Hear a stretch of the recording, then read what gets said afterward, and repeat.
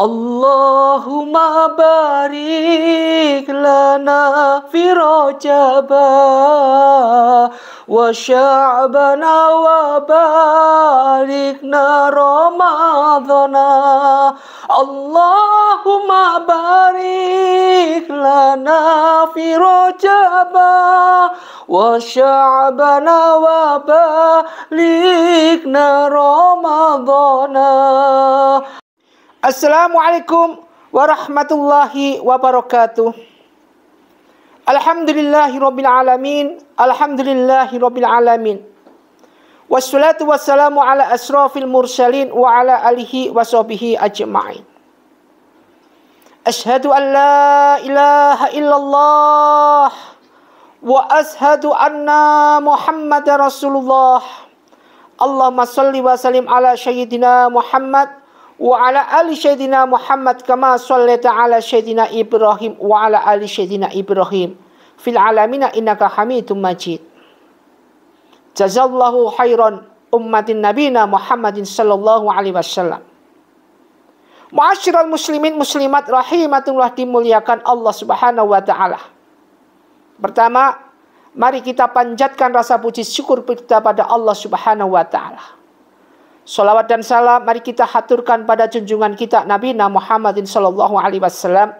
Mudah-mudahan kita diberikan kekuatan zahiriyah batiniyah untuk lisan kita bersolawat. Ma'asyiral muslimin muslimat, jamaah pencerahan bimbingan awalan yang Ustaz Takzim Ustaz muliakan. Kita tahu adanya laki-laki pasti ada perempuan, ada kanan, ada kiri, ada atas, ada bawah. Ternyata Allah ciptakan segala sesuatu itu berpasangan. Allah ciptakan Adam, ada Hawa. Allah ciptakan hambanya kaum laki agar menikah secara sah kepada kaum perempuan. Sekarang ini lagi marak-maraknya di mana akidah sudah tidak diterapkan lagi dalam hukum pernikahan. Sekarang ini lagi ngetren-ngetrennya bagaimana orang menghalalkan segala cara dari segi hal itu yang seharusnya itu golongan berbuat zina dihalalkan sedemikian rupa. Bagaimana kita menilai? Nilai sendiri. Tidak perlu Ustaz menilai. Bagaimana kita mengkonsumtif? Pikir sendiri bagaimana kiranya itu bagus bagi kita atau tidak bagus buat kita. Yang jelas di sini secara signifikan aja bahwa segala bentuk real yang Allah perintahkan dalam hukum Al-Quran maupun sunnah-sunnah Rasul, mari kita pelajari, mari kita terapkan, dan mari kita realisasi di dalam kehidupan bermasyarakat setiap harinya. Ini unik. Ada aturan-aturan bagaimana Islam ini, yaitu menurut pahamnya daripada Imam Al-Ghazali, memberikan nasihat kepada laki-laki. Jadi laki-laki muslim agar tidak menikahi 6 tipe wanita. Jadi Imam Ghazali itu memberikan nasihat kepada laki-laki muslim agar tidak menikahi dengan tipe 6 wanita ini. Makanya nanti andai kata di dalam pembahasan ini ada ketersinggungan atau membuat hati wanita kurang enak atau kurang apa, mari kita pelajari bersama-sama. Karena ini sudah ketentuan daripada apa yang Allah perintahkan sesuai sunnah Rasul. Kalau cocok monggo dipakai, kalau nggak cocok silahkan. Aturan apapun bentuknya, ketika azab datang, azablah berbicara. Ketika itu sudah masuk ke babakan zina, zinalah berbicara. Ketika itu sudah masuk babakan zina khairomuson, zina khairomuson pun itu yang berbicara. Jangan sekali-kali kita menghalalkan segala cara dengan tipu muslihat apapun bentuknya dengan dalih dan dalih. Semua sudah diatur oleh berbagai kalangan dari apa yang dinamakan hadis. Madhab 4 madhab Imam Syafi'i, Imam Hambali, Imam Maliki, Abu Hanifah, 4 madhab imam kita. Kita boleh memakai yang mana kalau sekiranya cocok. Kebanyakan di Indonesia Imam Syafi'i, tetapi kenyataannya banyak yang dilanggar. Coba mari kita introspeksi diri kita, terutama kaum laki. Kenapa kaum laki? Kenapa Imam Ghazali memberikan nasihat kepada kaum laki-laki muslim? Karena nanti hukumnya berat.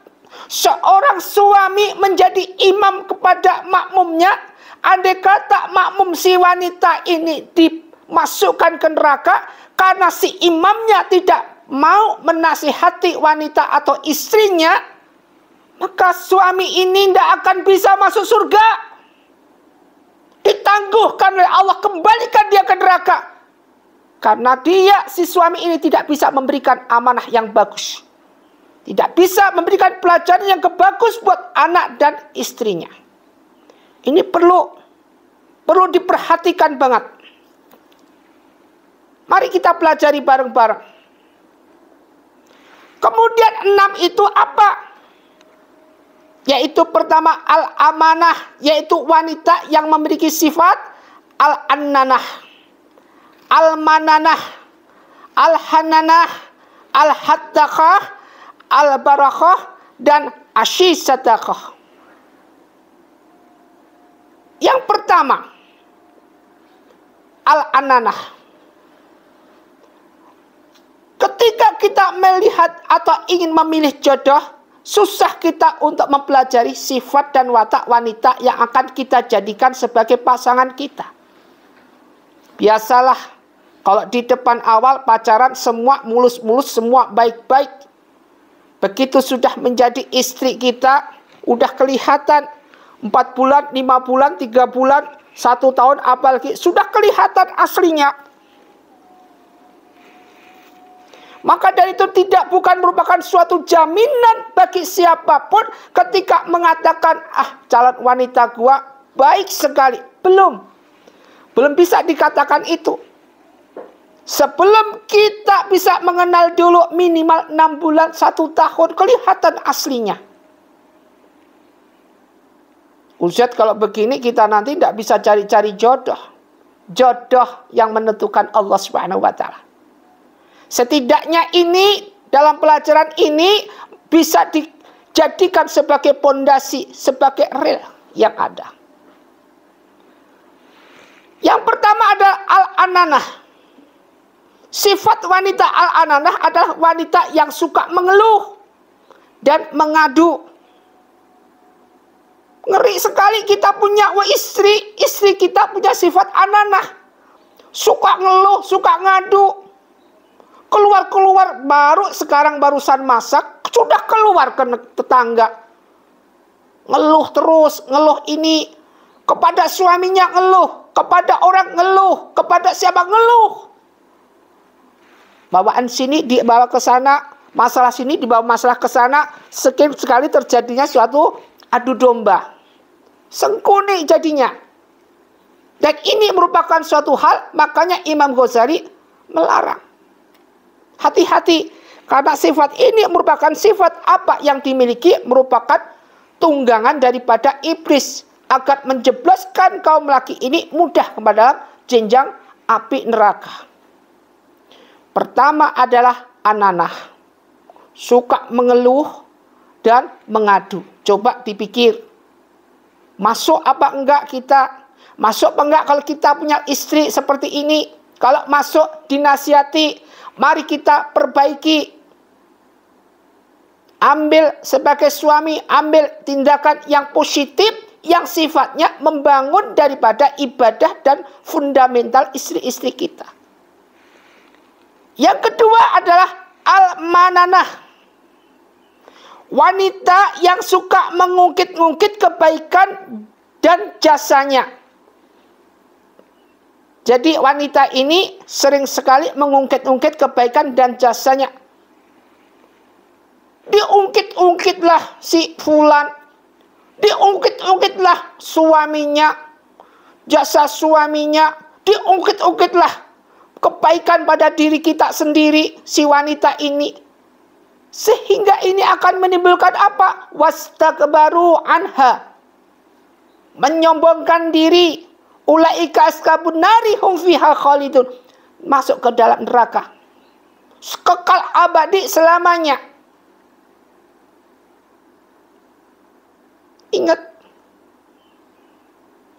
kita harus lakukan segala tindakan yang bagus.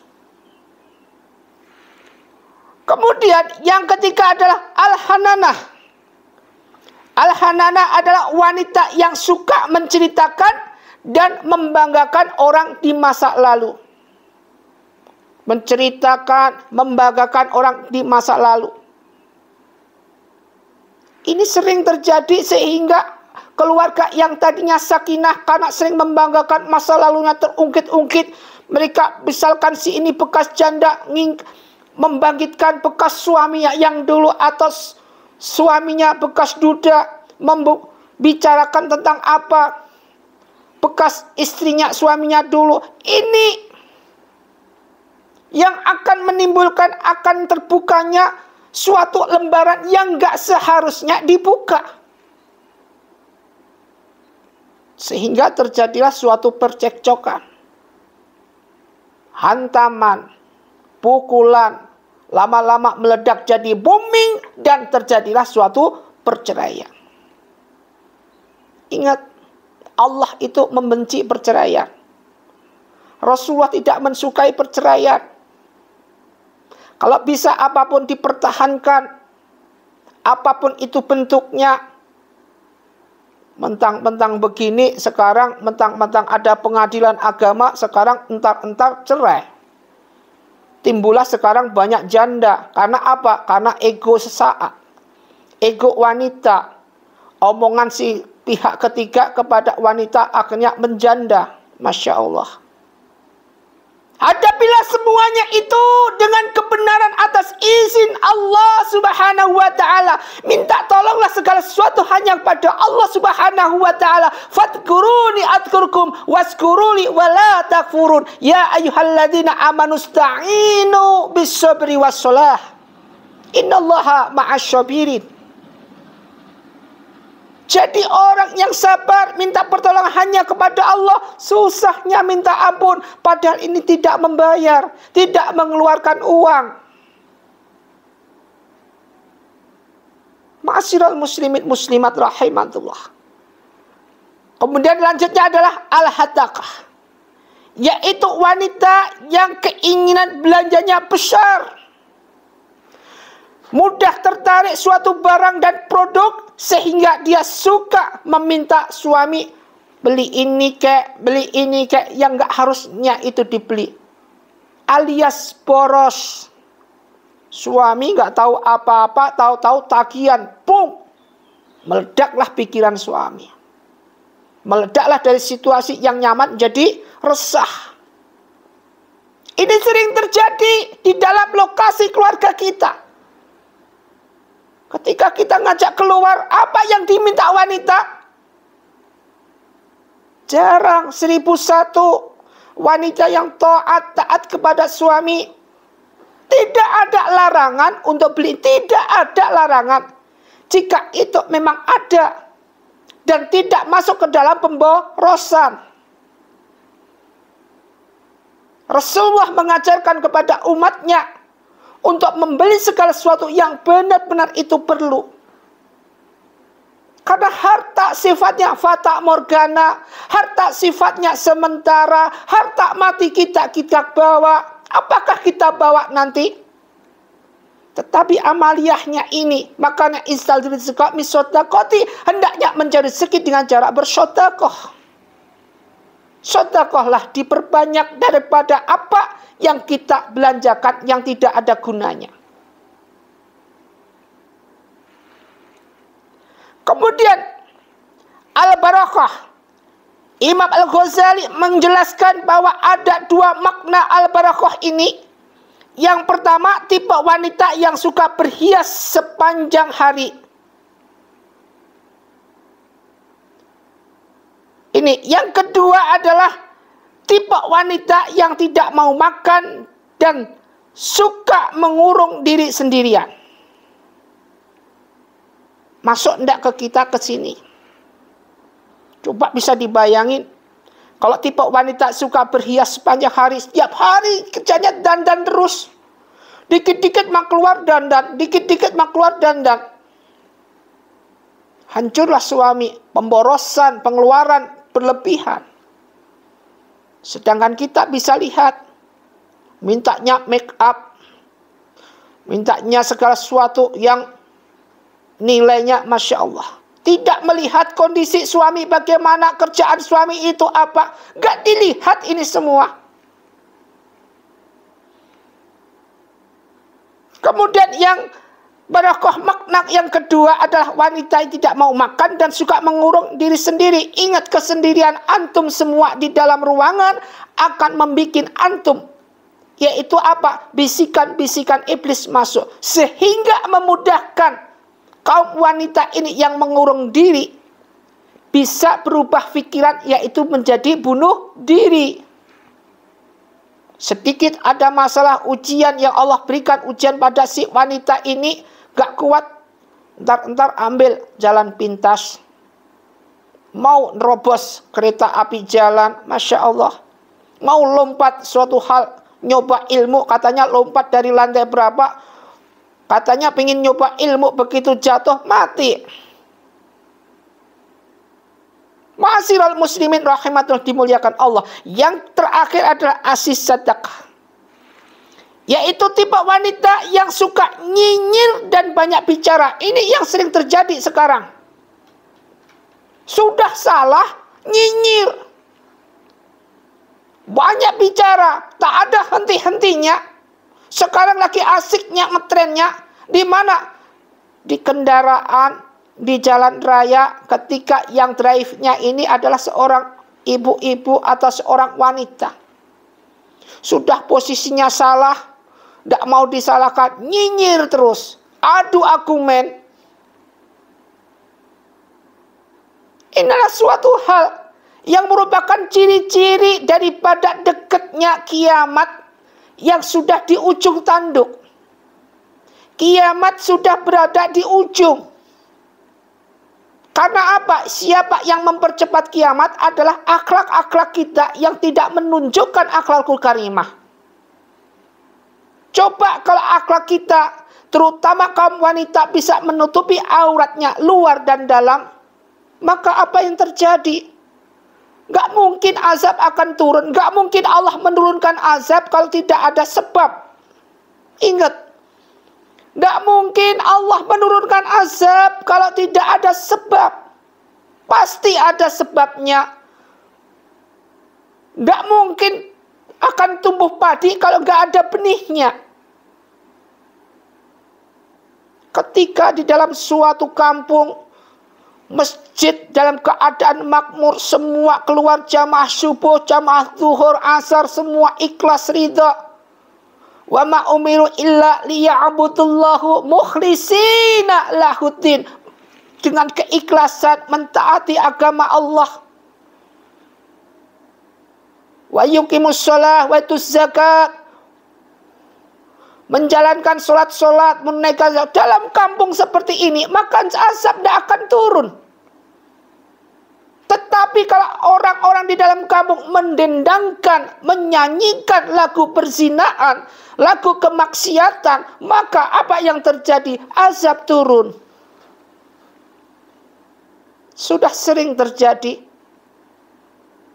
Karena ini sudah masuk dalam reformasi. Reformasi dalam segala hal. Katanya zaman modern, tetapi akhlaknya justru semakin down. Semakin susah orang tua di dalam mendidik anak mendapatkan amanah dari Allah. Kalau dulu anak mudah sekali masuk ke dalam pondok pesantren, sekarang sudah jarang.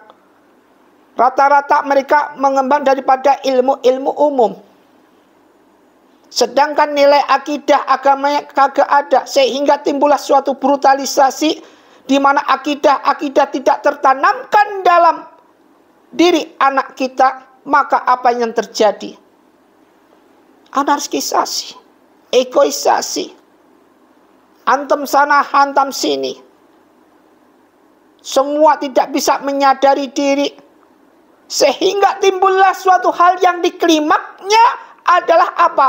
Pelarian. Pelarian apa? Pelarian menuju kemaksiatan. Jauh dari Allah Subhanahu wa ta'ala. Ma'asyiral muslimin muslimat rahimatullah.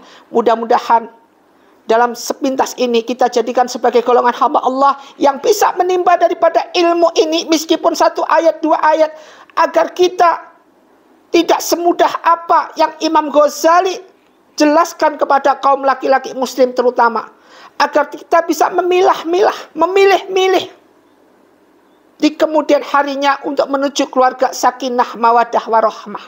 Ingat, di dalam suatu keharmonisan keluarga akan timbul keharmonisan keluarga apabila laki dan perempuan saling bisa menjaga. Suami dan istri saling bisa mengcover, saling bisa menutupi, saling bisa mengayomi, dalam arti selaras. Tapi kalau dalam suatu keluarga suami dan istri sudah nggak selaras, nggak sejalan, ada pasti pihak ketiga.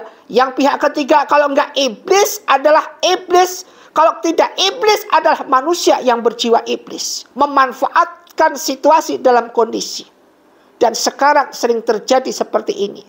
Reformasi boleh, egoisasi boleh, tapi ingat, carilah segala sesuatu yang berdalih iman. Orang emosi kalau punya iman, emosinya orang beriman beda. Paling cuma diam, kita melotot sedikit aja, habis itu senyum. Itu kalau emosinya orang beriman. Tapi kalau emosinya orang nggak beriman, Masya Allah, brutalisasi yang muncul. Mudah-mudahan kita jadikan hamba Allah istiqomah, ahli ibadah. Keluarga kita dijadikan keluarga yang sakinah, mawadah, warahmah. Usyikum wa nafsi bittaqwallah. Wabillahi taufiq wal hidayah. Wassalamualaikum warahmatullahi wabarakatuh.